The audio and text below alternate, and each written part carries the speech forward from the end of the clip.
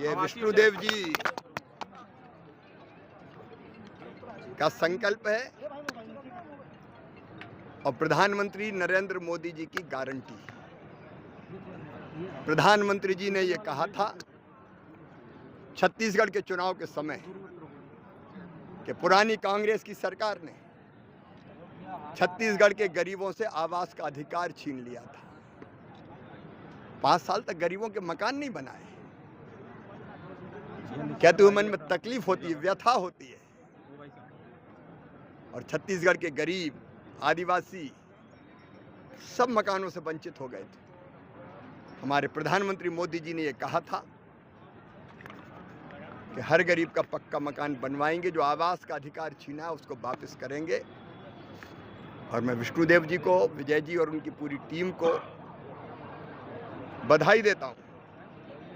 पहली कैबिनेट में फैसला किया था जिनके मकान नहीं बने उनको आवास देने का। और मोदी जी की गारंटी तो गारंटी पूरा करने की गारंटी है। और इसलिए पहले 8,46,000 मकान देश में सर्वाधिक अगर दिए इस साल सरकार बनते ही मोदी जी के तीसरे कार्यकाल में, हमने छत्तीसगढ़ के जनता को दिए, छत्तीसगढ़ को दिए। ठीक लगा, लेकिन इतने से भी विष्णु जी और उप मुख्यमंत्री जी, उनका मन संतुष्ट नहीं हुआ। वो दिल्ली पधारे थे और उन्होंने कहा था कि आवास तो हम तेजी से बना ही रहे हैं, लेकिन इतने से काम नहीं चलेगा, इसी साल और दे दो। तो इस साल 3,88,000 मकान इसी वित्तीय वर्ष में, मतलब मार्च के पहले, छत्तीसगढ़ को दिए जा रहे हैं। और आवास प्लस की जो सूची है फिर उसमें केवल 3,88,000 शेष रहेंगे। वो अगला वित्तीय वर्ष प्रारंभ होते ही छत्तीसगढ़ को दे दिए जाएंगे।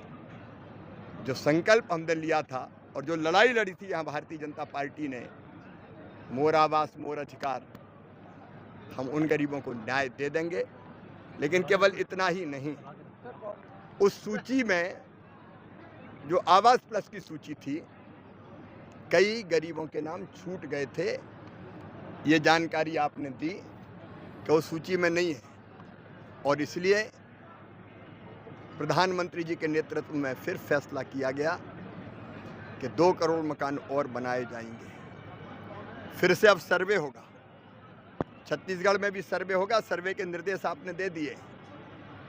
और जो गरीब वंचित रह गए थे, जिनकी सूची में नाम नहीं थे, उनके नाम सर्वे करके सूची में जोड़े जाएंगे। 3 बड़े परिवर्तन